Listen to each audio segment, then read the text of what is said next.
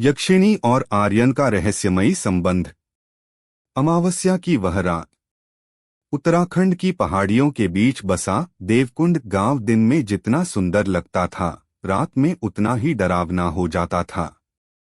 चारों तरफ घने जंगल, ऊंचे देवदार के पेड़ और पहाड़ों के बीच बहती काली नदी। गांव वालों के अनुसार उस नदी के पार एक प्राचीन मंदिर था, जहां सदियों से एक यक्षिणी का वास था। लोग कहते थे जो भी उस मंदिर में गया वह कभी वापस नहीं आया। लेकिन शहर से आया 26 वर्षीय आर्यन इन बातों को अंधविश्वास मानता था। आर्यन एक लेखक था। रहस्यमयी कहानियां लिखना उसका शौक था। उसके पिता पुरातत्व विभाग में काम करते थे और बचपन से ही उसने प्राचीन रहस्यों की कहानियां सुनी थीं। एक दिन उसे अपने दिवंगत पिता की पुरानी डायरी मिली। उस डायरी में एक जगह लिखा था, देवकुंड के जंगल में रहने वाली यक्षिणी कोई साधारण आत्मा नहीं, वह एक अधूरी प्रेम कहानी का श्राप है। यह पढ़ते ही आर्यन बेचैन हो उठा। उसने फैसला किया कि वह देवकुंड जाकर इस रहस्य का सच पता लगाएगा। शाम होते होते वह गांव पहुंच गया। गांव अजीब तरह से शांत था। लोग उसे देखकर फुसफुसाने लगे। एक बूढ़ा आदमी उसके पास आया। बेटा, यहां रात में बाहर मत निकलना। आर्यन मुस्कुराया। क्यों बाबा? बूढ़े की आंखों में डर उतर आया। क्योंकि अमावस्या आने वाली है और उस रात यक्षिणी जागती है। आर्यन हंस पड़ा। लेकिन तभी उसकी नजर बूढ़े के कांपते हाथों पर गई। वह सचमुच डरा हुआ था। रात के लगभग 11 बजे। आसमान में बादल छा चुके थे। हवा में अजीब सी ठंडक थी। आर्यन हाथ में टॉर्च लेकर जंगल की तरफ बढ़ने लगा। जंगल में कदम रखते ही उसे ऐसा महसूस हुआ जैसे कोई उसका पीछा कर रहा हो। सूखे पत्तों पर कदमों की आवाज, पेड़ों के पीछे से आती फुसफुसाहट और दूर कहीं पायल की हल्की छन छन। आर्यन रुक गया। उसने टॉर्च घुमाई, लेकिन वहां कोई नहीं था। अचानक हवा तेज हो गई। पेड़ों की शाखाएं जोर जोर से हिलने लगीं। तभी उसे दूर एक पुराना मंदिर दिखाई दिया। मंदिर टूटा हुआ था, लेकिन उसके अंदर एक दीपक जल रहा था। आर्यन धीरे धीरे अंदर गया। दीवारों पर प्राचीन चित्र बने थे। एक चित्र में एक राजकुमारी दिखाई दे रही थी और उसके सामने खड़ा था एक योद्धा। दोनों एक दूसरे का हाथ पकड़े हुए थे। चित्र के नीचे लिखा था, प्रेम मृत्यु से भी बड़ा होता है। आर्यन उस चित्र को ध्यान से देख ही रहा था कि पीछे से पायल की आवाज आई। छन छन छन। उसका दिल तेजी से धड़कने लगा। वह धीरे धीरे पीछे मुड़ा और फिर उसकी सांसें थम गईं। सामने सफेद वस्त्रों में एक बेहद सुंदर स्त्री खड़ी थी। लंबे काले बाल, चमकती आंखें और चेहरे पर रहस्यमयी मुस्कान। आर्यन उसे बस देखता रह गया। स्त्री ने धीमी आवाज में कहा, तुम आखिर लौट ही आए। आर्यन घबरा गया। कौन हो तुम? स्त्री की आंखों में आंसू चमक उठे। तुम मुझे भूल गए आर्यन? आर्यन हैरान रह गया। तुम मेरा नाम कैसे जानती हो? स्त्री मुस्कुराई। क्योंकि सदियों पहले तुमने ही मुझे मरने के लिए छोड़ दिया था। मंदिर के अंदर अचानक तेज हवा चलने लगी। दीपक बुझ गया और पूरा मंदिर अंधेरे में डूब गया। भाग 2, पिछले जन्म का रहस्य। आर्यन तेजी से पीछे हट गया। ये सब क्या है? अचानक मंदिर में नीली रोशनी फैल गई। दीवारों पर बने चित्र चमकने लगे और फिर आर्यन की आंखों के सामने अजीब दृश्य आने लगे। उसे दिखाई दिया एक विशाल राजमहल, युद्ध का मैदान, खून से सनी तलवारें और वही स्त्री राजकुमारी के रूप में। फिर उसने खुद को देखा। वह एक योद्धा था। उसका नाम आर्यमित्र था। वह राजकुमारी से प्रेम करता था, लेकिन राज्य के तांत्रिक को यह रिश्ता मंजूर नहीं था। तांत्रिक अमरता पाना चाहता था। उसने राजकुमारी की बलि देने की योजना बनाई। अमावस्या की रात मंदिर में काला अनुष्ठान हुआ। राजकुमारी चीख रही थी और आर्यमित्र घायल अवस्था में मंदिर पहुंचा, लेकिन देर हो चुकी थी। राजकुमारी की आत्मा मंदिर से बंध चुकी थी। मरते समय उसने कहा, मैं तुम्हारा इंतजार करूंगी जन्मों तक। अचानक दृश्य गायब हो गया। आर्यन जोर जोर से सांस लेने लगा। उसका सिर दर्द से फटने लगा। नहीं, ये सपना है। स्त्री धीरे धीरे उसके करीब आई। नहीं आर्यन, यह तुम्हारा अतीत है।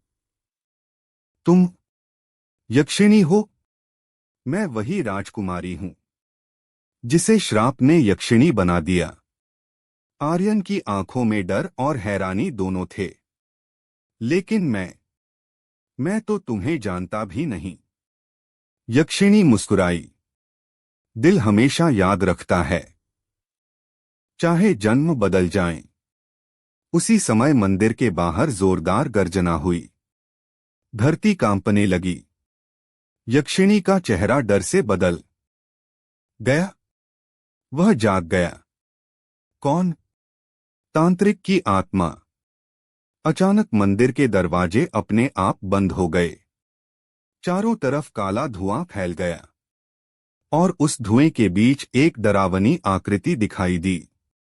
लाल आंखें, लंबे नाखून और भयानक हंसी। हाँ हाँ हाँ, आखिर तुम लौट आए आर्यमित्र। आर्यन डर गया।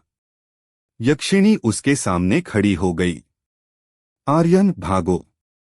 लेकिन अब बहुत देर हो चुकी थी, क्योंकि सदियों पुराना श्राप फिर से जाग चुका था। जारी रहेगा। श्राप का जागना।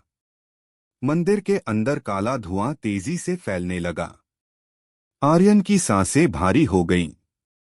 उसकी आंखों के सामने खड़ा वह भयानक तांत्रिक किसी इंसान जैसा नहीं लग रहा था। उसका चेहरा आधा जला हुआ था और आंखें अंगारों की तरह चमक रही थीं। यक्षिणी ने कांपती आवाज में कहा, आर्यन, इसकी आंखों में मत देखना। लेकिन तब तक देर हो चुकी थी। तांत्रिक की लाल आंखों से निकलती अजीब रोशनी आर्यन की आंखों में समा चुकी थी। अचानक उसके दिमाग में दर्द की तेज लहर दौड़ी। उसे फिर वही पुराने दृश्य दिखाई देने लगे। युद्ध, आग, राजमहल और खून से सना मंदिर। उसने खुद को तलवार लिए देखा। उसके सामने वही तांत्रिक खड़ा था और उसके पीछे रोती हुई राजकुमारी। आर्यमित्र, राजकुमारी चिल्लाई थी। तांत्रिक जोर जोर से हंस रहा था। तुम देर से आए हो। फिर उसने तलवार घुमाई और अगले ही पल राजकुमारी की चीख पूरे मंदिर में गूंज उठी। नहीं! आर्यन अचानक वर्तमान में लौट आया। उसके माथे पर पसीना था। वह घुटनों के बल गिर पड़ा। ये सब सच था। तांत्रिक मुस्कुराया। अब तुम्हें सब याद आ रहा है। यक्षिणी की आंखों में आंसू थे। मैंने कहा था ना, वह लौट आएगा। तांत्रिक की आवाज अचानक गुस्से से भर गई। लेकिन इस जन्म में भी तुम दोनों एक नहीं हो पाओगे। अचानक मंदिर की जमीन फटने लगी।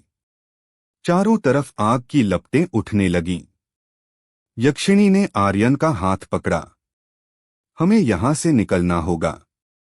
दोनों तेजी से मंदिर के पीछे बने गुप्त रास्ते की ओर भागे। पीछे से तांत्रिक की डरावनी हंसी गूंज रही थी। भाग लो, लेकिन श्राप से नहीं बच पाओगे। रहस्यमयी गुफा। मंदिर के पीछे घने जंगल के बीच एक संकरी गुफा थी। यक्षिणी आर्यन को वहीं ले गई। गुफा के अंदर अजीब नीली रोशनी चमक रही थी। दीवारों पर प्राचीन मंत्र लिखे थे। आर्यन अब भी कांप रहा था। मुझे सब याद आने लगा है। यक्षिणी धीरे से उसके पास बैठ गई। तुम पिछले जन्म में आर्यमित्र थे, राज्य के सबसे बहादुर योद्धा। और तुम राजकुमारी वैदेही। आर्यन चौंक गया। वैदेही? उस नाम के साथ उसके दिल में अजीब दर्द उठा। उसे ऐसा लगा जैसे वह इस नाम को सदियों से जानता हो। यक्षिणी मुस्कुराई। तुम मुझे इसी नाम से बुलाते थे। कुछ देर तक दोनों चुप रहे। गुफा के बाहर तूफान तेज हो चुका था। आर्यन ने धीरे से पूछा, उस रात क्या हुआ था? यक्षिणी की आंखें भर आईं। तुम युद्ध लड़ने गए थे, और उसी रात तांत्रिक ने मुझे मंदिर में बुलाया। क्यों? क्योंकि मेरे खून में राजवंश की शक्ति थी। वह मेरी बलि देकर अमर होना चाहता था। आर्यन की मुट्ठियां भींच गईं। और मैं तुम्हें बचा नहीं पाया।